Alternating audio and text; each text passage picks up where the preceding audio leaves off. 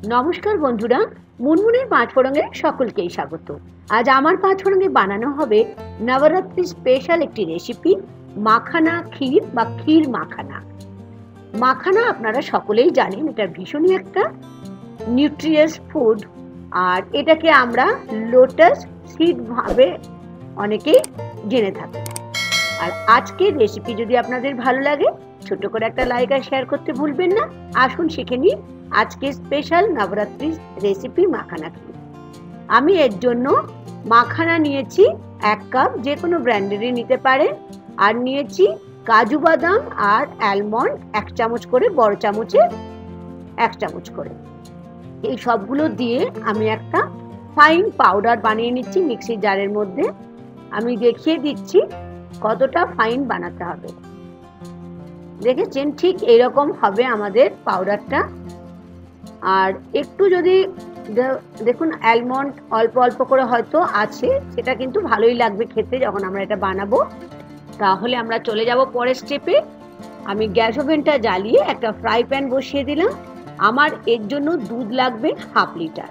আপনারা দুধ আগের থেকে গরম করেও রাখতে পারেন, কিংবা দুধটা ফ্রাই প্যানে দিয়ে একটুখানি ফুটিয়ে নিতে পারেন। দুধের মধ্যে যখন দেখবেন ভালো করে দুধটা একবার ফুটে গেছে, তখন হিটটাকে মিডিয়ামে রেখে আমি এখানে দিয়ে দিচ্ছি 1 পিঞ্চ স্যাফরন, মানে হচ্ছে যেটা জাফরান বলে আমরা জানি। যদি জাফরান না থাকেও তাহলে কোনো অসুবিধা নেই, তবে এটা দিলে দেখতে কালারটা কিন্তু ভীষণই ভালো হবে। এটা দেওয়ার পর বেশ ভালো করে আমি এটাকে মিশিয়ে নিচ্ছি। এখন নিচ্ছি মিল্ক পাউডার, বড় চামচের 2 চামচ। মিল্ক পাউডারটা দিয়েও বেশ ভালো করে মিল্ক পাউডারটা আমাদের দুধের সাথে মিশিয়ে নিতে হবে, যেন কোনো লাম্প না থাকে। আর অবশ্যই এখন আঁচটাকে লো টু মিডিয়াম ফ্লেমে রাখবেন। বেশ ভালো করে মিনিট 2 আমি এটাকে ফুটিয়ে নিলাম। এখন দিয়ে দিচ্ছি মাখানা নাট পাউডার, মানে যেটা আমি কাজু বাদাম, অ্যালমন্ড আর মাখানা দিয়ে যেটা আমি মিক্সি জারে গুঁড়ো করে রেখেছিলাম, এটাকে দিয়ে 1 থেকে 2 মিনিট এটাকে বয়েল করে নিতে হবে। এখন নিচ্ছি 1/4 কাপ চিনি। আর চিনিটা অবশ্যই আপনাদের স্বাদ অনুযায়ী নেবেন। যেহেতু মিল্ক পাউডার দিয়েছি, সেজন্য আমি চিনি অল্প কম দিলাম। যদি আপনারা মিল্ক পাউডার না দিয়ে থাকেন, তাহলে চিনির পরিমাণটা বেশি দেবেন। যখন দেখবেন একটু ঠিক, মানে একটু মোটা হয়ে গেছে, তখন বুঝতে পারবেন আমাদের রান্না প্রায় শেষের পর্যায়ে। আমি দেখিয়ে দিলাম চিনিটা একটু গুলতে সময় লাগবে, সেই জন্য আরো মিনিট 2 আমি এটাকে ফুটিয়ে নিলাম। দেখেছেন কি সুন্দর এর ঘনত্বটা, মানে ক্ষীরের মতো একটা ভাব চলে এসছে। এটা কিন্তু খেতে খুবই ভালো আর ভীষণই উপকার। আর এখানে দিয়ে দিলাম এলাচের পাউডার 1/2 চামচের মতো। এলাচের পাউডার দিয়ে আবার ভালো করে এটাকে মিশিয়ে নিলাম। যদি এলাচের পাউডার না থাকে, তাহলে এলাচের দানাও 3-4টা এলাচের দানাও এর মধ্যে দিয়ে দিতে পারেন। ভালো করে দিয়ে আবার মিশিয়ে নিলাম। দেখিয়ে দিচ্ছি, দেখুন ঠিক এইরকম ঘনত্বের যখন হয়ে যাবে, তখন বুঝবেন যে আমাদের মাখানা ক্ষীর রেডি হয়ে গেছে। এখন ওই ওভেনেই আমি একটা বসিয়ে দিলাম ফ্রাই প্যান, আর তাতে নিয়ে নিলাম 1 চামচের মতো ঘি। ঘিটা বেশ ভালো করে গরম হলে আমি নিয়ে নিচ্ছি বড় চামচের 2 চামচ কাজু বাদাম আর কিশমিশ, আর তার সাথে নিলাম 1/2 কাপ মাখানা। এইগুলোকে দিয়ে আমি লো ফ্লেমে বেশ ভালো করে ড্রাই রোস্ট করে নিচ্ছি।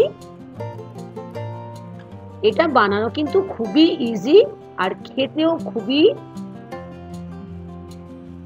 ভালো। আর শুধু ভালো বললে চলবে না, এটা ভীষণই শরীরের জন্য উপকার। আর মাখানা ছোট থেকে বড় সকলেরই জন্য এটা ভালো। এখন যে মাখানা ক্ষীরটা আমরা রেডি করে রেখেছিলাম, তার মধ্যে ফ্রাই করা মাখানা, কাজু বাদাম আর কিশমিশটা দিয়ে দিলাম। আমাদের ক্ষীর মাখানা বা মাখানা ক্ষীর, যেটা নবরাত্রি স্পেশাল রেসিপি আমরা বানালাম। সামনেই আসছে নবরাত্রি, তাই আজ আমি আপনাদের সঙ্গে এই স্পেশাল রেসিপিটি শেয়ার করলাম। দেখে নিন কিরকম অবস্থায় আমাদের গ্যাসটাকে, ঠিক এই অবস্থায় আমাদের গ্যাস ওভেনটাকে বন্ধ করে দিতে হলো। 1-2 মিনিট এখন আমি এটাকে একটা স্ট্যান্ডিং টাইমে রাখলাম, তাহলে সুন্দরভাবে আমাদের ক্ষীর মাখানা রেডি হয়ে যাবে। এখন আমি সার্ভ করে দিচ্ছি। কি কেমন লাগলো? ভীষণ সহজ আর ভীষণই উপকারী একটি রেসিপি। এটা আপনারা ডেজার্ট হিসাবেও দিতে পারেন বা উপোসের দিন, এখন তো সামনে অনেক রকমের পুজো আসছে, সেই জন্য উপোসের দিনও এটা খেতে পারেন। উপর থেকে অল্প জাফরান আর খানিকটা পেস্তা আমি দিয়ে দিচ্ছি। আপনারা অবশ্যই আপনাদের পছন্দ মতো ড্রাই ফ্রুটস দিয়ে এটাকে সার্ভ করতে পারেন। আমি দেখিয়ে দিচ্ছি কতটা ঠিক হয়েছে। অবশ্যই খেয়ে দেখতে হবে মিষ্টিটা কেমন আছে। মিষ্টি একদম পারফেক্ট হয়েছে। তাহলে বানিয়ে খাবেন নবরাত্রি স্পেশাল রেসিপি ক্ষীর মাখানা, আমাকে জানাতে ভুলবেন না। আর লাইক আর শেয়ার করে দেওয়ার অনুরোধ থাকবে। ধন্যবাদ বন্ধুরা।